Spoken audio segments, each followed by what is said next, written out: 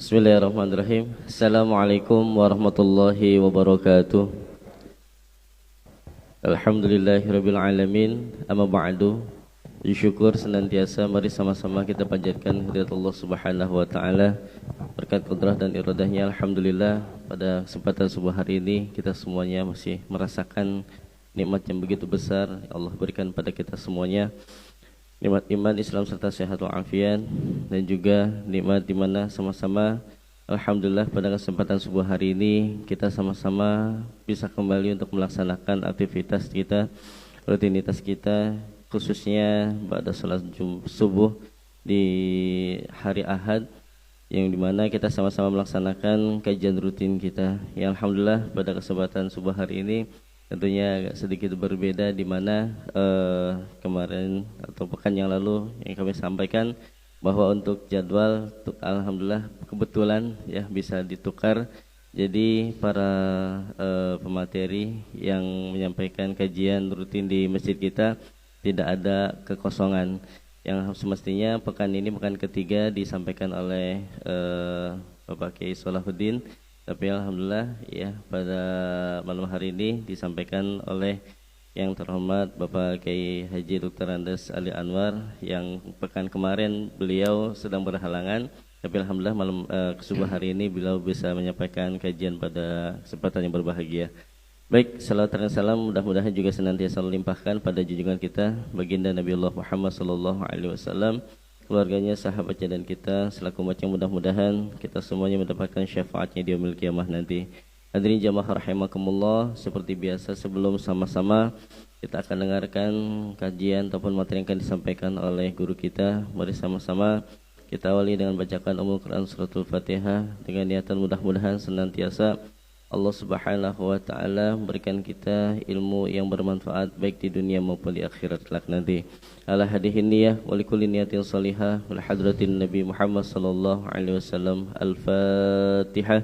A'udzu billahi minasy syaithanir rajim. Bismillahirrahmanirrahim. Alhamdulillahi rabbil alamin. Arrahmanir rahim. Maliki yaumiddin. Iyyaka na'budu wa iyyaka nasta'in. Ihdinas siratal mustaqim. Siratal ladzina an'amta 'alaihim ghairil maghdubi 'alaihim waladdallin. Amin. Amin amin ya rabbal alamin. Kita berpanjang kalam, mari sama-sama kita akan dengarkan kajian yang disampaikan oleh guru kita bersama pada beliau, dipersilakan. Assalamualaikum warahmatullahi wabarakatuh. Alhamdulillah, wassalatu wassalamu ala rasulillah wa ala alihi wasahbihi wa mawala ma ba'd. Hadaratul fadil, para jamaah yang Allah muliakan, minta maaf juga minggu kemarin itu saya betul-betul itu dari pagi sampai sore, pagi lagi terus sore lagi, jadi itu lemes rasanya, pengen istirahat. Terus paginya itu ke Jakarta, ada haul saudara saya, baru pulang tadi jam 8 sampai sini. Para jamaah yang Allah muliakan, kami ulangi sedikit yang minggu kemarin bahwa perbuatan kita itu ada 3 macam: taat kepada Allah, maksiat, dan mubahat. Atau di dalam bahasa lain, di dalam yang bahasa kita kenal, taat itu yang halal, maksiat itu haram, mubahat itu yang boleh-boleh saja. Memang ada makruh, terus ada sunnah ya. Tapi makruh itu ya mendekatin haram, sunnah itu mendekatin wajib. Jadi dalam sebuah hadis di dalam Arba'in Nawawi itu, al halalu bayyinun wal haramu bayyinun wa bainahuma, dalam satu teks umurun mustabihatun, tapi ada teks lain wa bainahuma mustabihatun la ya'lamuhunna katsirun minan nas faman ittaqa syubuhati faqad istabra li dinihi wa man waqa'a fi syubuhat waqa'a fil haram karra ayyar ahal al hima yushiku ayyar ta'afih Ala inna likulli malikin hima, ala hina himallahi maharimuh. Ala inna fil jasadi mudghatan idza saluhat saluhal jasadu kullu wa idza fasadat fasadal jasadu kullu. Ala wahyal qalb rahamu. Bukhari wa Muslim. Jadi yang halal itu jelas, yang haram itu jelas. Halal dalam bahasa lain disebut taat, haram itu maksiat, artinya dosa gitu. Tapi antara halal dan haram itu ada hal-hal yang mirip-mirip. Gitu. Subhat itu mirip-mirip.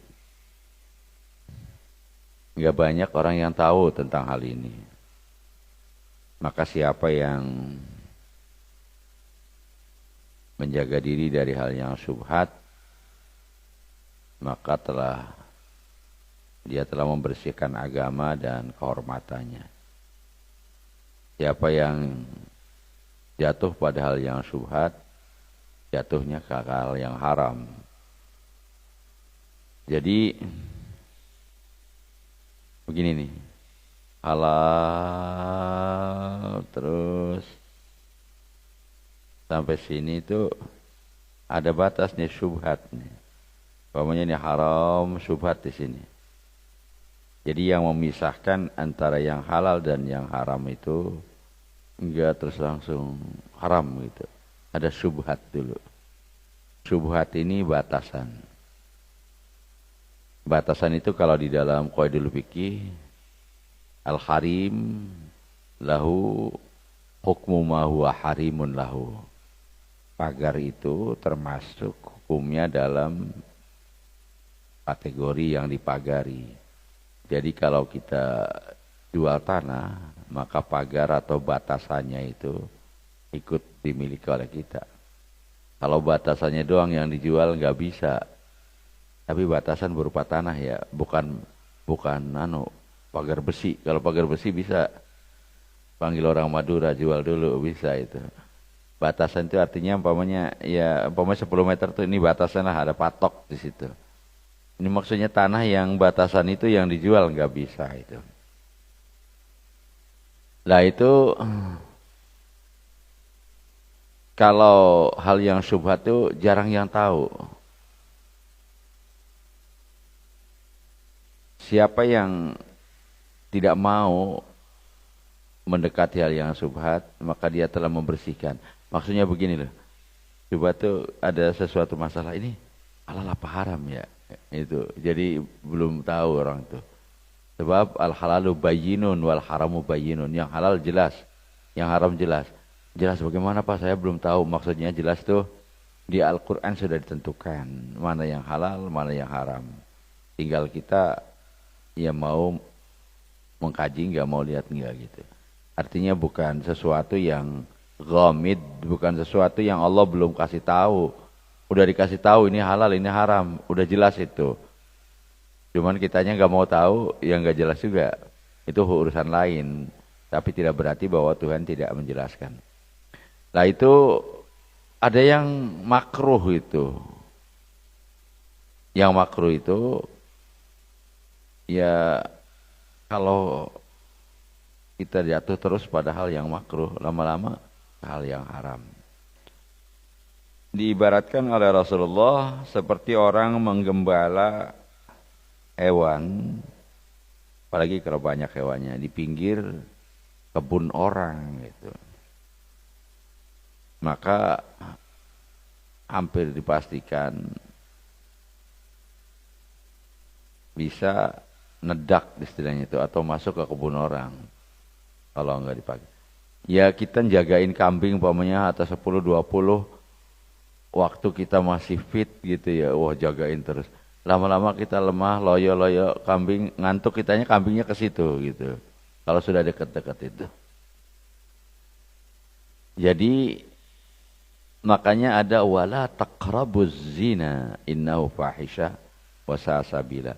Jangan deketin zina sebab itu jelek dan sangat wasa asabila, caranya itu jelek banget.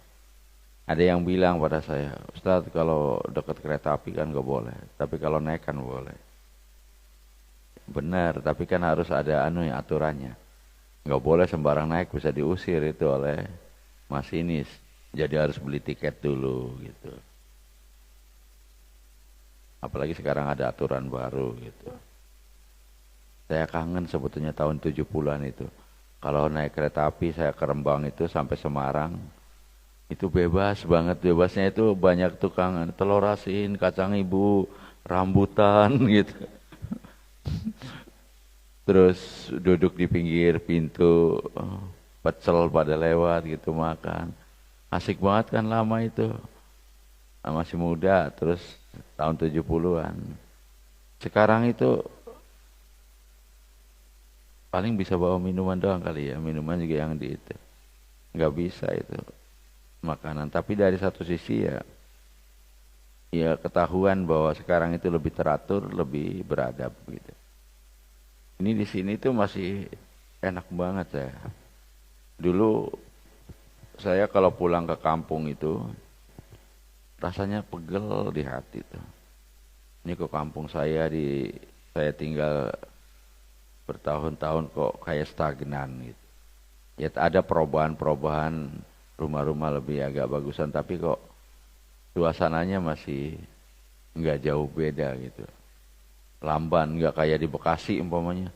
Di Bekasi kalau sebentar aja, wah ada perumahan ini gitu. Kalau di sana nggak ada gitu. Jadi masih kayak dulu aja, saya masih ingat dulu. Wah, mohon maaf, saya pernah beol di situ gitu. Dulu waktu kecil, waktu makan kambing itu masih ada itu anunya.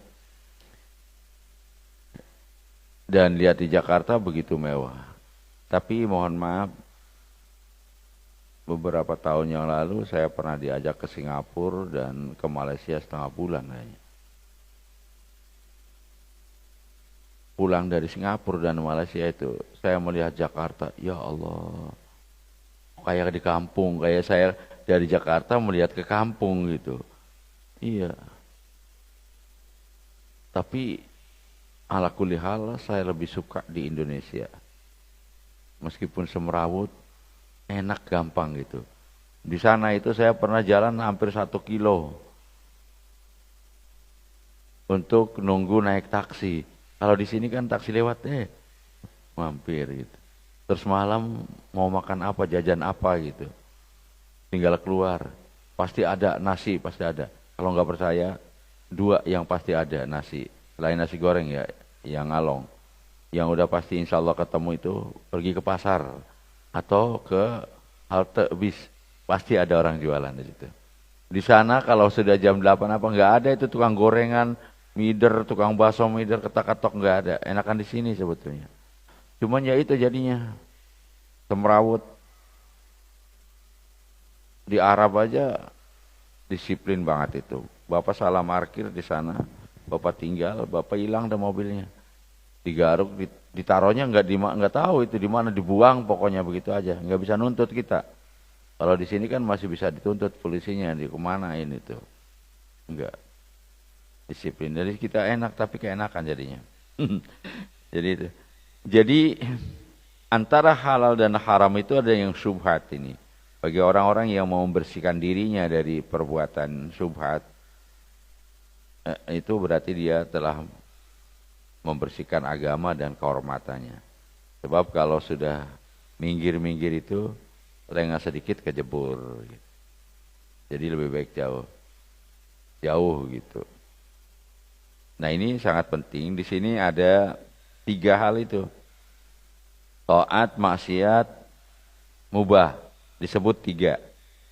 Yang makruh enggak disebut. Yang sunnah enggak disebut. Sebab yang paling penting ini. Yang boleh itu.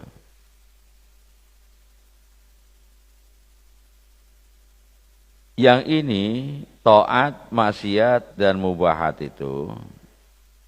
Kalau untuk yang maksiat itu enggak bisa berubah itu. Tetap aja. Jadi begini, kecuali dalam keadaan itu ya. Kalau dalam keadaan terpaksa itu, berarti sudah bukan pilihan kita. Berarti kita nggak perlu niat. Jadi di sini kita membahas tentang niat. Kalau yang maksiat itu, biar niatnya apapun tetap dosa gitu. tetap dosa. Nggak bisa kemudian barang yang haram jadi halal karena niat, enggak. Ada yang haram menjadi halal itu bukan karena niat. Ya memang udah kebijakan Allah dalam keadaan terpaksa. Jadi niat nggak niat juga halal aja itu. Faman ittara ghaira baghi wala 'adin fala isma 'alaih. Babi yang haram itu kalau kita terpaksa darurat jadi halal. Halal itu. Tapi ghairu baghi wala adin. Ghairu baghi wala adin itu artinya enggak melebihi batas atau jahat dan sengaja. Kalau sengaja itu tetap haram jadinya. Maksudnya begini, kita lapar banget kalau enggak makan, mungkin kita atau anak kita mati, itu kasih makan babi. Tapi sekedar untuk mempertahankan nyawa kita. Jangan kemudian, waduh, nggak ada makanan, lah ada babi nih, potong aja terus disate, direndang, enggak. Itu enggak benar, itu bagin namanya. Jadi sekedar untuk mempertahankan kita dari kematian. Ini bahasa syariat ya. Soalnya kematian itu nggak bisa dipertahankan sebetulnya. Idza jaa ajaluha la yastakhiruna sa'atan wa la yastaqdimun. Itu bahasa hakikatnya itu. Tetapi kalau secara syariat bahwa kita menghindarkan diri jangan sampai mati ketabrak kereta, itu ada perasaan kita bisa gitu. Itu jadi harus dibedakan. Kadang-kadang orang campur aduk itu. Jangan takut kecuali kepada Allah. Kalau kebakaran lari dia. Kebakaran, rumahnya kebakaran lari. Lah kenapa lari keluar? Apa kebakaran? Ya udah jangan takut. Hadepin aja tuh api, panas. Jadi jangan sok-sokan lah. Hal-hal yang wala tulqu biaidikum ila tahluka. Jadi jangan takut selain kepada Allah. Itu di saat kita berperang itu terus takut itu apa enggak? Tuhan sudah menentukan gitu. Tapi ikhtiariah ada. Jadi yang maksiat tidak bisa berubah. Pokoknya mau membangun masjid dari uang haram nih. Niatnya untuk membangun masjid kita merampok. Enggak. Tetap dosa. Masjidnya juga enggak benar itu. Kalau murni. Tapi pernah ada pertanyaan, bagaimana kalau ada orang non-muslim nyumbang Pak, apa menyumbang semen, apa Cina terutama itu. Yang punya itu enggak apa-apa itu. Jadi tidak berarti bahwa harta yang dimiliki oleh yang tidak seagama dengan kita itu pasti haram, enggak. Makanya kita boleh transaksi juga dengan Cina. Itu di Arab tuh hampir segala sejadah segala macam itu ya dari Cina banyaknya.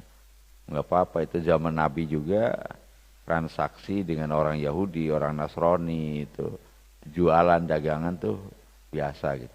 Tapi kalau yang jelas haram pokoknya, nih saya dapat nyuri nih jam tangan nih, udah 100.000 aja, nah, enggak, haram, enggak boleh. Adapun yang kemudian taat,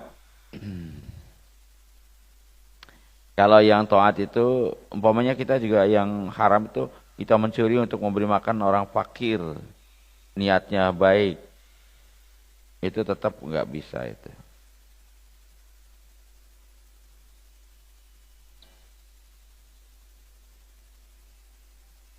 Salah apa ya, masih jam 5 punya saya. Bener? Hah? Enggak kok, jam 5.00. Bener nggak? Berarti masih malam ya? Aduh, masih lama ngopinya ya terus.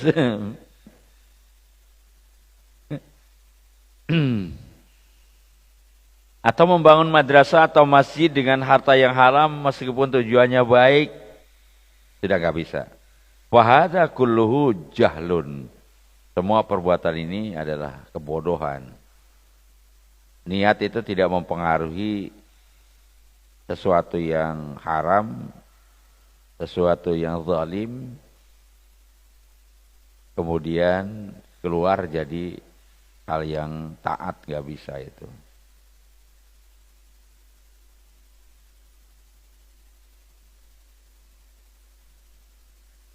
tujuan baik dengan berbuat jelek itu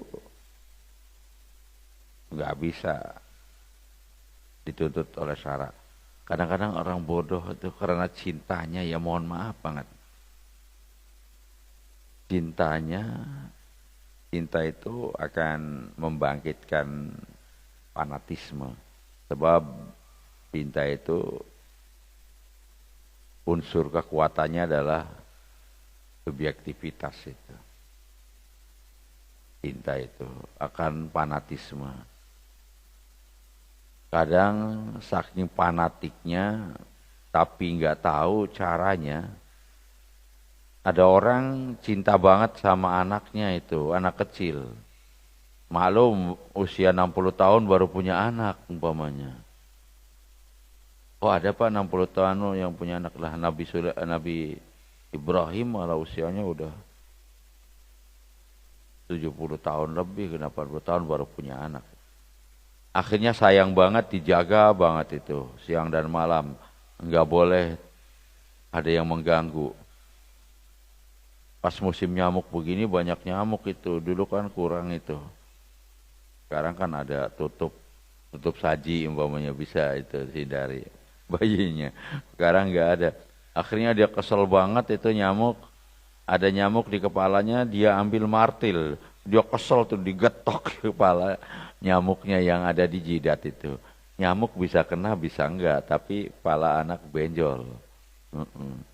Ini yang orang nggak paham, cinta banget sama anaknya, nggak boleh ada yang noel. Kadang kita terlalu gampang tersinggungan gitu. Ada orang ngomong sedikit itu dan ini merasa wah itu penistaan agama gitu. Terus kemudian perang satu kampung. Itu nggak bagus. Jadi makanya di dalam Islam itu diajarin wasari'u ila maghfiratin min rabbikum wa jannatin 'arduhas samawati wal ardu 'iddatil muttaqin alladzina yunfiquna fis sarai wad dharra wal kadhiminal ghaidha wal 'afina 'anil nas wallahu yuhibbul muhsinin. Jadi harus banyak memaafkan kepada orang itu. Sekarang terlalu banyak cinta. Kadang sebetulnya agama itu mengajarkan cinta pada seluruh makhluk Allah. Kita sebagai khalifah itu. Ar-rahimuna yarhamuhumur rahman irhamu man fil ardi yarhamkum man fis sama. Dan kita juga jangan terlalu memandang sesuatu secara syar'i aja, syariat saja gitu. Umpamanya, wah ini menyesatkan ini. Nanti anak cucu kita banyak tersesat oleh ini. Itu terlalu ujub itu. Enggak ada sebetulnya. Nabi Muhammad aja enggak bisa menyesatkan orang atau memberikan petunjuk pada orang. Innaka la tahdi man ahbabta walakinnallaha yahdi man yasha. Kewajiban kita hanya menyampaikan saja. Mereka beriman atau tidak itu urusan Allah Subhanahu wa taala. Bukan urusan kita gitu. Jadi jangan wah ini bisa menyesatkan itu dan ini. Emang bisa manusia menyesatkan? Enggak. Enggak bisa itu. Jadi hak prerogatif Allah Subhanahu wa taala. Kurang apa seorang nabi punya anak Kan'an? Kurang apa malaikat Jibril hebatnya tapi enggak bisa membimbing Musa Samiri. Jadi ceritanya mungkin dia ngintip di Lauh Mahfuz atau apa dia, Anda dengar-dengar gitu. Bahwa nanti suatu saat akan ada seorang Rasul yang namanya Musa. Maka dicari-cari oleh malaikat Jibril, dapatlah Musa Samiri itu dipelihara dari kecil. Musa Samiri itu oleh malaikat Jibril. Tapi jadinya orang kafir dia.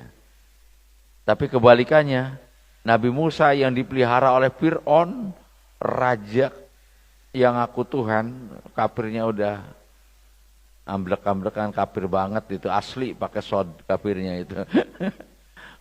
Asli banget. Itu dipelihara di rumah kerajaan Fir'aun, justru jadi rasul.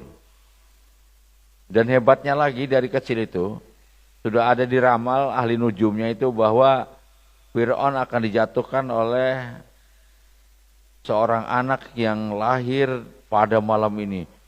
Disebarkanlah kemudian seluruh polisi lah gampangnya. Setiap yang lahir malam itu lelaki dibunuh. Tapi Nabi Musa, ibunya, udah nggak usah khawatir. Nanti kalau sudah lahir, masukkan ke dalam peti. Kemudian lemparkan fil yammi. Di sungai Nil, Yam di situ. Saya nggak bisa bayangkan pada waktu itu saya berpikirnya. Sederhana banget saya orang dulu itu apa bikin kotak itu apa rapet apa enggak gitu. Kan peralatan tuh masih itu. Ini zaman-zaman dulu loh, zaman Fir'aun. Kalau zaman Nabi Muhammad aja masih banyak yang sederhana kan ya. Tapi kok mungkin waktu itu juga teknologi sudah maju tapi sifatnya lokal gitu. Nyatanya zaman Nabi Sulaiman itu bangunan-bangunan apa itu. Dan candi-candi kita yang ada peninggalan kita itu pada zaman kita masih mundur. Ternyata bangsa kita sudah besar dulu. Sudah memiliki kekuatan yang hebat itu. Itu untuk berarti ini bukti. Dilemparkan di Sungai Nil di mana banyak buaya banget itu. Dan anehnya dilemparkan itu akhirnya malah justru dekat dengan istana Fir'aun. Kemudian istrinya minta apa itu, terus dilihat, waduh anak, akhirnya dipelihara. Kan aneh banget, ajaib banget. Jadi bapak kalau dilemparkan dari suatu instansi atau bapak kerja di mana, bapak nggak kepake, jangan cepat putus asa dulu. Siapa tahu bapak jadi bos. Ada itu gara-gara di PHK sekarang malah jadi punya karyawan banyak. Ada juga yang di PHK menderita juga sih memang. Ya tergantung lah, enggak semuanya. Nabi Yusuf dijeburin ke dalam semur. Oh Allah enggak tolong ya. Ya ditolong sih sebetulnya dikasih baju itu dari surga. Ya tapi kok itu, tapi sebetulnya itu wasilah, sarana. Kemudian Nabi Yusuf sampai ke Raja Mesir itu, dipelihara di sana. Jadi ada sesuatu yang, jadi kalau kita gagal dalam satu hal, ya mungkin ada hal yang lebih baik. Sebab tidak semua yang kita sukai itu baik untuk kita. Tidak semua yang kita benci jelek untuk kita. Jadi kita harus ada keseimbangan memanage hati kita. Di saat kita lagi senang banget, jangan berlebihan. Siapa tahu itu mudarat. Di saat kita lagi susah, jangan berlebihan juga. Sampai frustasi jangan. Siapa tahu itu jadi baik. Banyak orang yang diuji dengan hal yang menyenangkan nggak kuat. Ini ente jangan, kayaknya khusyuk banget kan ya. Nggak terlalu demen dulu. Tapi kalau ente duitnya 10 miliar kayaknya ente punya pos 2, pos 3 ini. Malah udah pokoknya nekat, ada pos 2, ada pos 3 itu. Ya kalau kita pengen doang itu kagak ada berani, nggak berani ya. Bapak-bapak nggak berani, pengen alah ngaku aja udah pengen dah. Nah. Diomelin di sini, tapi nyatanya makin disayang loh. Banyak cerita sama saya itu, teman-teman saya. Dulu yang bininya bawel ngomel terus, pas diduain enggak. Iya. Jadi pas di sini tuh malahan kopi mas, apa mas, pokoknya begitu dah. Nggak mau ngomel soalnya kalau diomelin takut minggat ke sono. Takut minggat ke rumah sana. Jadi disayang, servisnya makin bagus. Cobain nggak percaya.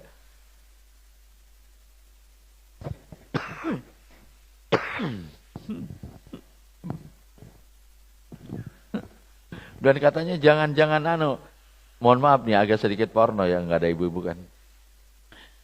Jangan khawatir, waduh kita sudah nggak punya kekuatan. Enggak. Itu adik sama saya itu buyutnya sama gitu, bukan kakeknya, buyutnya sama. Cerita sama saya. Enggak kali ya. Orang ini malam ini, sore ini mau menuju giliran ke yang muda umpamanya. Itu baru pakai celana aja udah nggak bisa, katanya di sleting susah gitu. Udah bayangin yang di sono gitu. Di sana juga begitu. Jadi akan tepat fit. Cobain dah, nggak percaya. Nanti saya ngikutin. Bener enggak? Jadi yang maksiat tetap nggak bisa diolah bagaimanapun, maksiat tetap maksiat gitu. Tetapi ada yang sangat menarik di sini. Walidzalika la sahal rahimallahu taala ma usiyallahu taala bi ma'siyatin azama minal jahli. Tuhan tidak didurhakai dengan suatu perbuatan yang lebih durhaka dibanding bodoh, dibanding nggak tahu.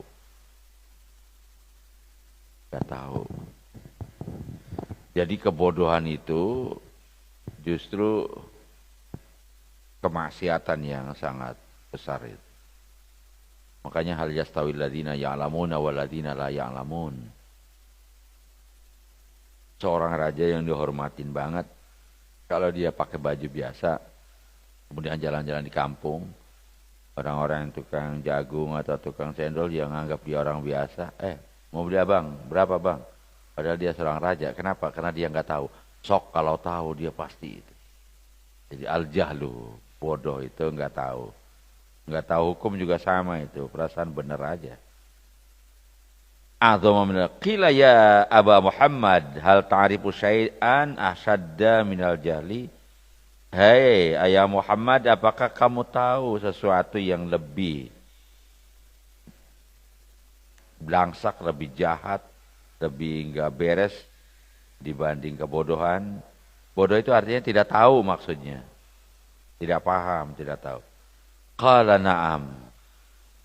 Apakah ada ya sesuatu yang lebih jahat daripada bodoh? Dijawab ya, saya tahu. Apa itu? Al-jahlu bil jahli. Tidak tahu bahwa dirinya tidak tahu. Makanya di dalam kitab Ihya Ulumuddin itu Imam Ghazali mengkategorikan manusia ada 4 macam itu. Rajulun yadri wa yadri annahu yadri. Orang yang tahu dan dia tahu bahwa dirinya tahu.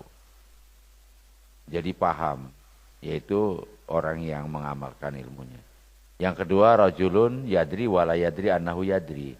Orang yang tahu tapi dia nggak tahu kalau dirinya tahu gitu. Atau seperti itu, oh ya orang, masa orang ngerti kok begitu gitu. Tapi yang ketiga ini, rajulun la yadri wa yadri annahu la yadri. Orang yang nggak tahu tapi dia sadar bahwa dirinya nggak tahu sehingga dia mau belajar. Yang keempat ini, rajulun la yadri wa la yadri annahu la yadri. Orang yang enggak tahu tapi enggak sadar bahwa dirinya enggak tahu. Jadi tetap bodoh terus. Biasanya yang paling ngeyel yang begini nih. Yang keempat itu, sok-sokan gitu. Dia tuh enggak tahu apa-apa, tapi dia enggak tahu bahwa dirinya enggak tahu. Perasaan dia tahu gitu aja. Iya sok toy. Sok toy. Sok tahu. Itu ini yang paling puyeng banget itu. Kalau yang bodoh tapi sadar dirinya bodoh masih kita bisa bimbing. Orang yang pintar tapi nggak sadar dirinya pintar bisa kita ingatkan. Apalagi yang pintar dan sadar bahwa dirinya pintar artinya tahu. Artinya bisa kita ikuti. Tapi yang ini yang bodoh itu. Dan biasanya yang lagi mabuk-mabuk itu. Yang baru hijrah. Yang baru hijrah itu dikit-dikit haram. Bunga bank haram, ya mungkin ya. Tapi kalau yang udah pinter kan ada banyak pertimbangan. Sekarang itu kalau kita punya sistem sendiri, kita nggak pakai perbankan pamannya. Nggak ada satu negara pun yang lepas dari perbankan. Kalau ada negara memutuskan diri nggak mau pakai perbankan, hancur negara itu. Hancur. Ekonomi kita itu keluar masuk itu melalui perbankan kok. Apalagi kalau Bapak punya bisnis dengan luar negeri itu. Kadang bayar pakai giro, kadang apa itu. Apalagi sekarang pamannya. Pakai itu GoFood ya. Bayarnya kan itu aja. Atau bayarnya kadang dengan HP tek-tek bayar udah. Itu melalui bank. Nggak bisa itu, nggak bisa pergi haji. Jadi ada saatnya hal semacam itu. Ini kan durhaka begini. Kullu qardin jarron apaan bahwa riba itu asalnya kullu aqdi qardin. Yang membuat sesuatu jadi riba itu transaksinya. Kalau transaksinya enggak, ya enggak. Umpamanya ada orang pinjam sama kita 1 juta, terus kita kasih, pas mengembalikan itu 1.200.000 umpamanya, enggak apa-apa, halal. Bahkan dipuji dalam hadis, sebaik-baiknya orang utang itu kalau bayar lebihin. Yang enggak boleh itu ada transaksi, ngutang saya 1 juta, ya tapi baliknya 1.200.000 ya. Nah ini yang haram itu. Jadi sebab hutang tuh nggak bisa narik keuntungan. Yang bisa narik keuntungan itu transaksinya. Ada suatu perjanjian itu.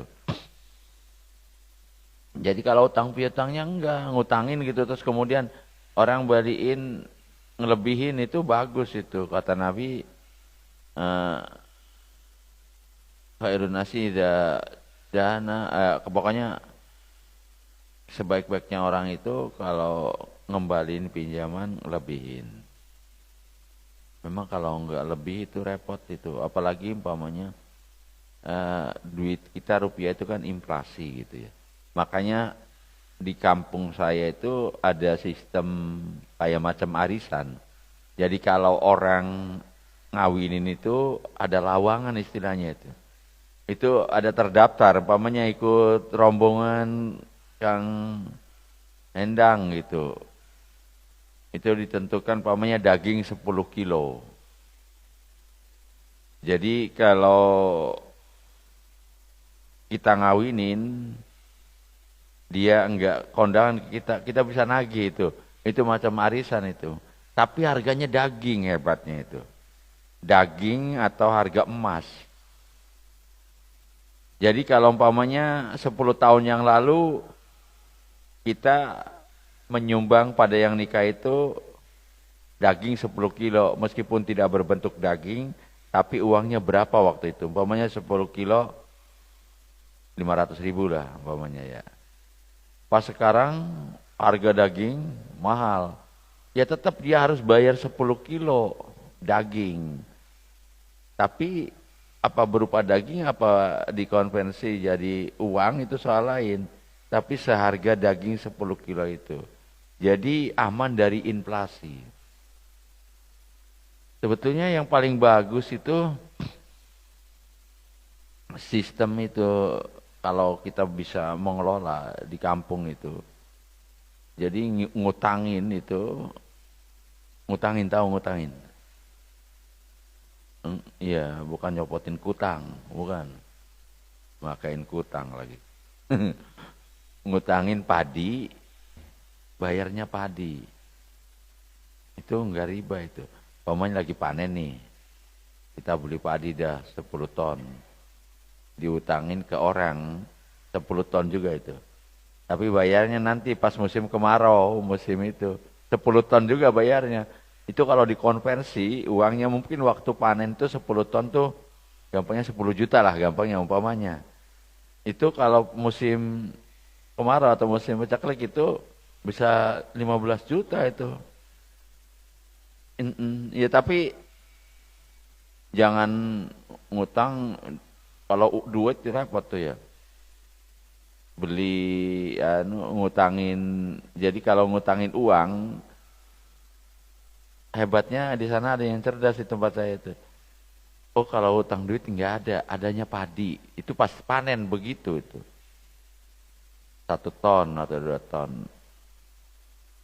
Sebab kalau duit nih, umpamanya ada teman kita mau utang duit sama kita 10 juta. Kita jual padi. Waktu itu dia lagi panen. Jual padi itu mungkin bisa 10 ton itu. Dari 10 juta itu. Pas dia bayar 10 juta waktu musim kemarau. Untuk beli padi jadi 7 ton. Rugi kan ya. Rugi. Sebab inflasi. Jadi kalau musim panen ngutanginya padi. Kalau musim pailit ngutanginya duit. untung. Nggak percaya Pak. Umpamanya kadang-kadang apalagi kalau dulu itu.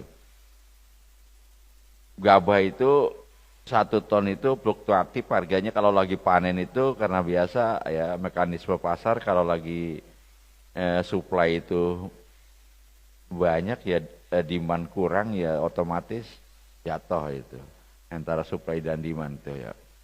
Nah itu kalau lagi peceklik itu jangan ngutangin padi Pak, jangan. Bapak waktu peceklik kan harga padi umpamanya 1 ton tuh gampangnya 1,5 juta. Bapak ngutangin padi dijual oleh dia kan ke orang dapat uang 1,5 juta. Pas bayar panen bayar padi juga 1 ton. Dia cuman cukup dengan 1 juta itu. Jadi kalau lagi musim peceklik itu ngutangannya duit ya, saya bilang. Duit, adanya duit, nggak ada padi gitu. 1,5 juta ntar bayarnya panen. Kita jual padinya itu 1 ton. Nanti kita dapat bayaran dari dia pas musim panen jadi 1,5 ton. Nambah. Jadi kalau musim peceklik ngutanginnya duit. Kalau musim panen ngutanginnya gabah. Dan nggak ada riba, itu pinternya aja memanage supaya kita nggak kena inflasi. Sebab dia ngutang padi harus bayar padi. Wah susah kan belinya nggak ada padi musim kemarau begini.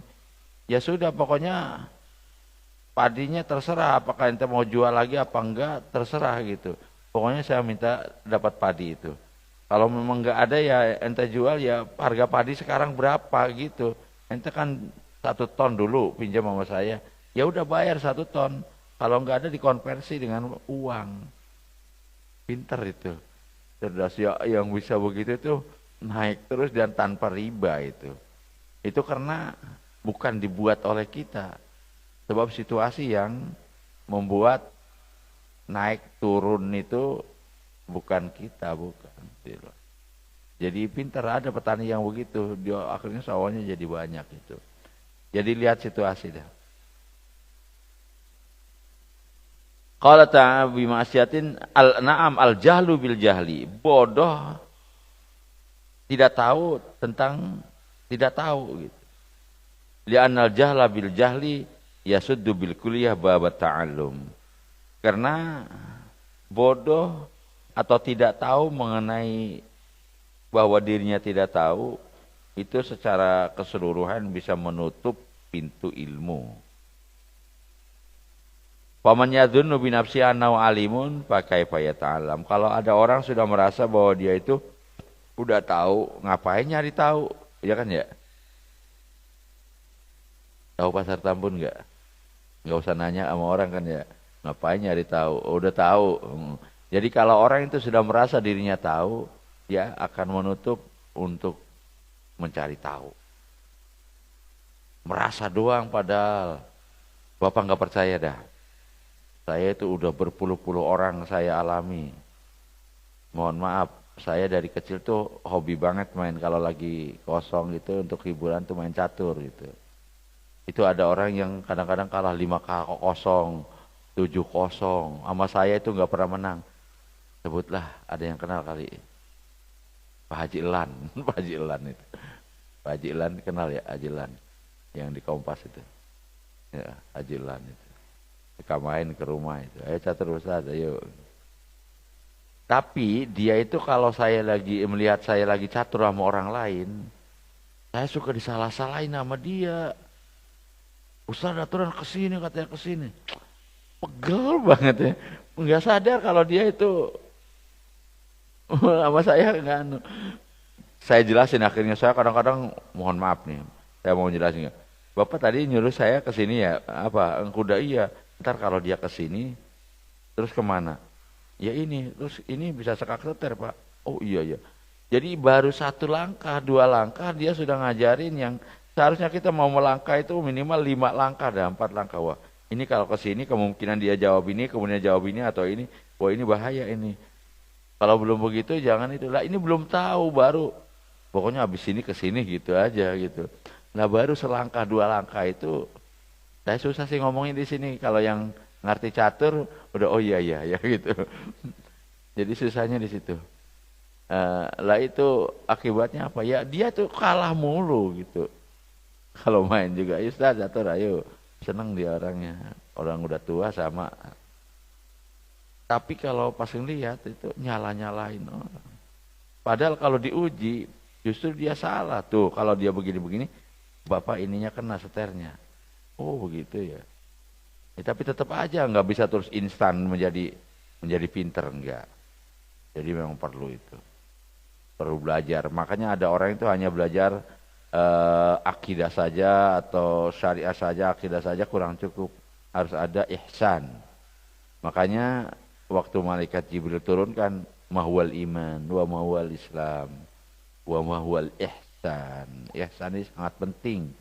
Jangan kita merasa wah udah sholat terus jungkir balik udah pasti oleh surga. Ya itu harapan kita.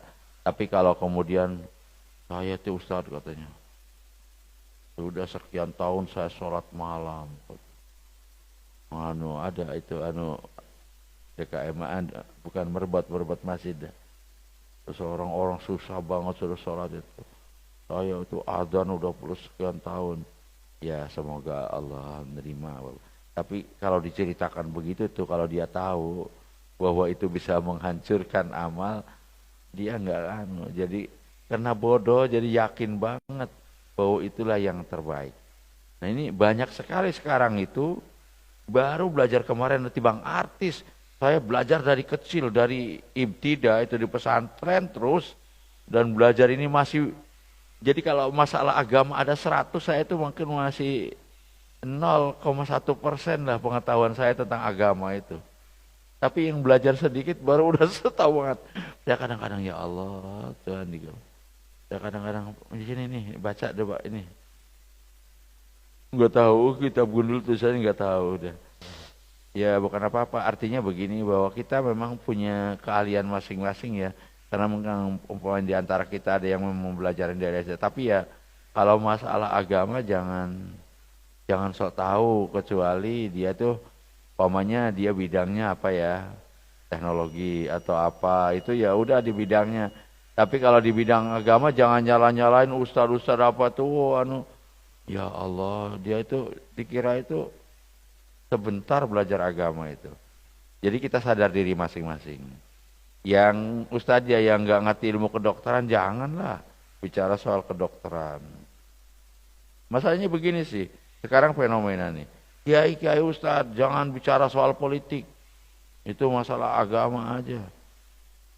Dan kalau umpamanya ada kiai masalah kedokteran ini kena penyakit ini wah jadi dukun ya Pak. Nggak percaya. Tetapi kalau dokter bicara agama, udah agung-agungkan. Ada yang baru kemarin itu, yang sambil mabuk tapi masalah agamanya, Cina itu siapa itu? Dikagumi banget. Terus ada yang Yahya Waloni, yang baca Fatihah aja masih, saya ketemu dia sih. Baca Fatihahnya saya tadi bener nggak katanya. Ya Allah tapi terus, gimana?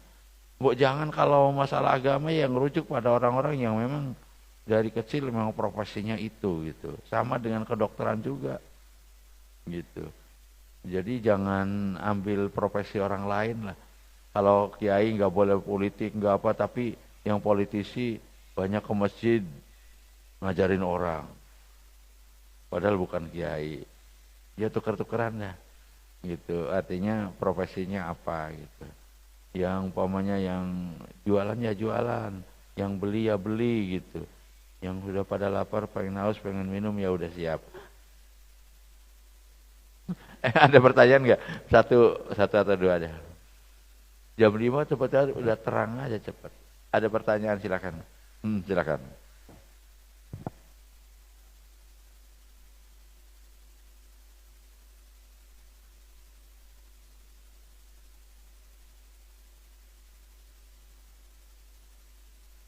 Waalaikumsalam warahmatullahi wabarakatuh.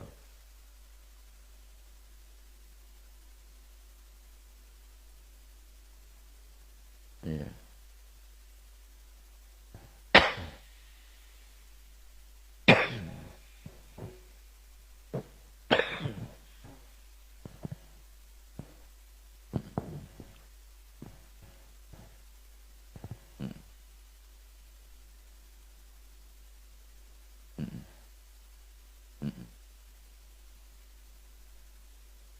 Waalaikumsalam warahmatullahi wabarakatuh.